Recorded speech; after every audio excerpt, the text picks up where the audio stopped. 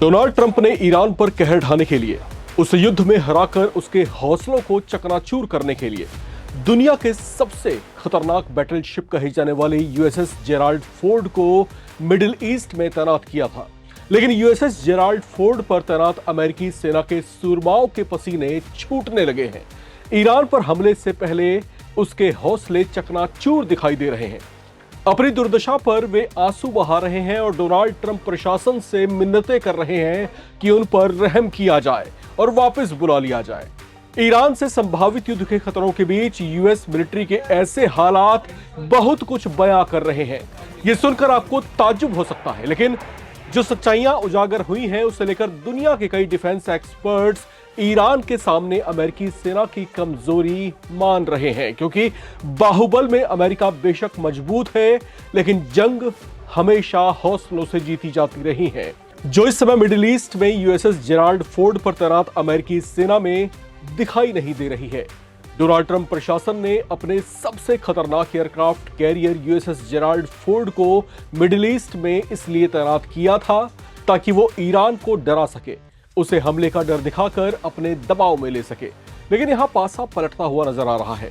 बाजी ईरान के हाथ में जाती हुई दिखाई दे रही है, क्योंकि यूएसएस जेराल्ड फोर्ड पर तैनात अमेरिकी सैनिकों की हालत बेहद खराब है।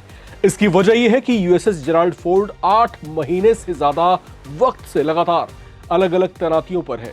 इसे जून 2025 में मिशन पर उतारा गया था। पहले इसे मेडिटेरेनियन सी या भूमध्य सागर में तैनात किया गया था। उसके बाद इसे कैरिबियाई समुद्र क्षेत्र में तैनात किया गया। उसके बाद उसे वहां से मूव करते हुए पूरे अटलांटिक को पार करते हुए ईरान से बढ़ते तनाव के बीच मिडिल ईस्ट में एक विशेष स्ट्रेटेजिक पॉइंट पर तैनात किया गया है। इस तरह से यूएसएस जेराल्ड फोर्ड 8 महीने से ज्यादा अवधि से लगातार तैनाती पर है। उसके साथ साथ इस बैटलशिप पर तैनात अफसर और जवान भी लगातार ड्यूटी पर बने हुए हैं, जिससे अब उनका सब्र टूटने लगा है। इसे लेकर वॉशिंगटन पोस्ट की एक रिपोर्ट में बताया गया है कि आमतौर पर शांति की स्थिति में किसी बैटलशिप की तैनाती लगभग 6 महीने की होती है, लेकिन अब यूएसएस जेराल्ड फोर्ड की तैनाती को 8 महीने से ज्यादा का वक्त हो चुका है। इतना ही नहीं, चर्चा यह भी है कि इसका डेपुटेशन पीरियड बढ़ाकर 11 महीने तक भी हो सकता है। अगर ऐसा हुआ तो ये यूएस नेवी के इतिहास में सबसे लंबे डेपुटेशन का रिकॉर्ड भी बना सकता है। वॉशिंगटन पोस्ट की रिपोर्ट में दावे किए गए हैं कि यूएसएस जेराल्ड फोर्ड पर तैनात सैनिक भावनात्मक रूप से टूटने लगे हैं।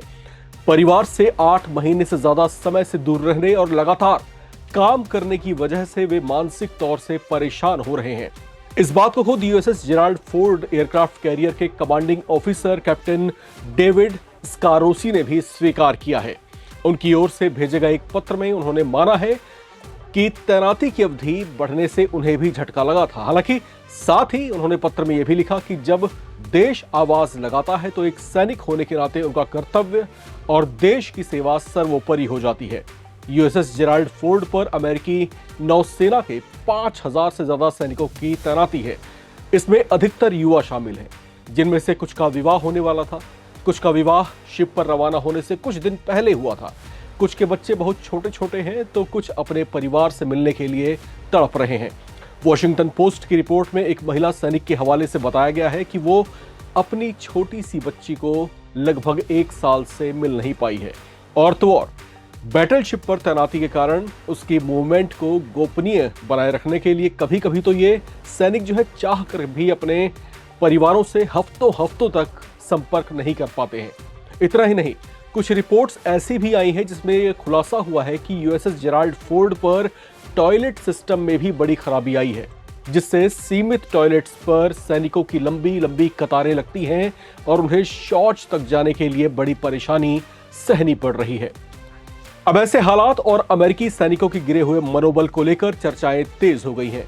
अगर ऐसे वक्त में अमेरिका ईरान के खिलाफ जंग छेड़ने की सोचता है तो उसे बड़ा नुकसान भी हो सकता है, क्योंकि अमेरिकी बैटलशिप यूएसएस जेराल्ड फोर्ड पर तैनात सैनिकों की जो हालत है, वे ईरान से आमने सामने की जंग लड़ने के लिए तैयार नहीं दिखाई दे रहे हैं। ये बात ईरान के सुप्रीम लीडर अली खामेनेई को जंग में बढ़त दिला सकती है। दूसरी बात यह कि अमेरिकी सेना मिडिल ईस्ट के हालात के अनुकूल नहीं है। कुछ ही हफ्तों के बाद तापमान जब बढ़कर 40 डिग्री को पार करेगा तो अमेरिकी सैनिकों के लिए हालात और ज्यादा चुनौतीपूर्ण हो सकते हैं। बहरहाल इस समय जो हालात यहां पर बने हुए हैं वो न सिर्फ युद्ध की स्थितियों की तरफ इशारा कर रहे हैं, न सिर्फ तनाव को बढ़ा रहे हैं, बल्कि अमेरिकी सेना के सामने भी कुछ अलग तरह की चुनौतियां पेश कर रहे हैं। अब ऐसे हालात में जो है अमेरिकी प्रशासन को ये तय करना है कि आगे उनका अगला फैसला क्या होने वाला है, क्योंकि अगर ईरान के साथ में आमने सामने की जंग छिड़ती है तो ईरान के जो तेवर हैं वो कहीं ना कहीं इस बात के संकेत दे रहे हैं कि वो इस युद्ध को जल्दी खत्म नहीं होने देगा, क्योंकि ईरान जो है अपने स्तर की तैयारियां करके बैठा है, लगातार अमेरिका को चेतावनी दे रहा है, उसको लगातार ललकार रहा है। उसके पीछे कुछ ठोस वजहें हो सकती हैं। उसके पास अपना जो युद्धक जखीरा है वो कहीं ना कहीं विध्वंस मचाने के लिए उसके पास एक बड़ा स्टॉक है, इस बात के भी संकेत दे रहा है। क्या अमेरिका को इन तमाम पहलुओं पर विचार नहीं करना चाहिए? वो कर रहे होंगे, जाहिर सी बात है, लेकिन ऐसे संजीदा वक्त में फैसला क्या लिया जाता है उस पर दुनिया की निगाहें टिकी हुई हैं। बहरहाल इस पूरे गतिरोध को लेकर आप क्या सोचते हैं, लिखकर कमेंट बॉक्स में जरूर शेयर करें। देखते रहें नवभारत टाइम्स।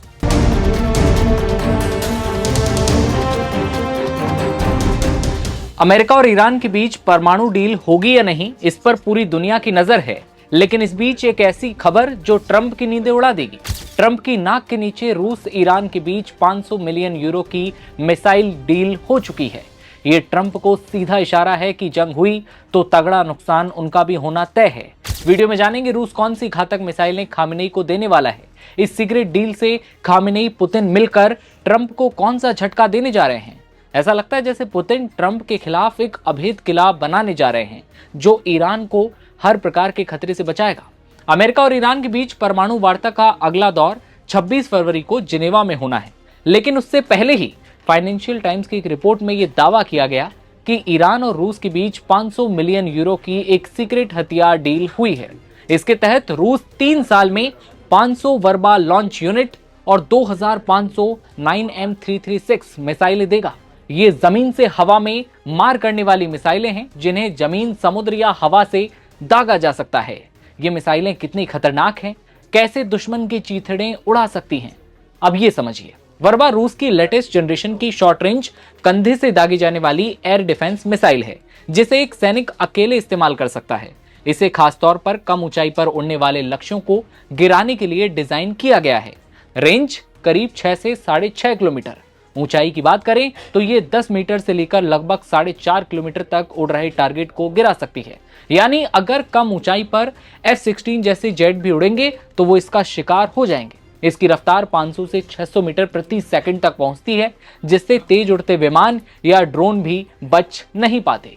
ये missile helicopter, low flying fighter jet, attack aircraft, drone, cruise missile को निशाना बना सकती है और हवा में ही धमाका कर सकती है। इसकी खासियत ये कि ये दुश्मन द्वारा छोड़े गए फ्लेयर से आसानी से भ्रमित नहीं होती। और सबसे बड़ी खासियत, फायर एंड फॉरगेट सिस्टम, यानी एक बार मिसाइल को अगर दाग दिया जाए तो ऑपरेटर को उसे गाइड करने की आगे जरूरत नहीं है। मिसाइल खुद लक्ष्य का पीछा करेगी और टकराकर उसे हवा में ही तबाह कर देती है। यूक्रेन के साथ युद्ध में इस तरह की मिसाइलों ने बड़ी संख्या में ड्रोन गिराए हैं, जिससे इसकी उपयोगिता साबित हो चुकी है। इसे खतरनाक इसलिए भी माना जाता है, पोर्टेबल है, जल्दी तैनात होने वाली है और ड्रोन युद्ध के दौर में बेहद प्रभावी भी है।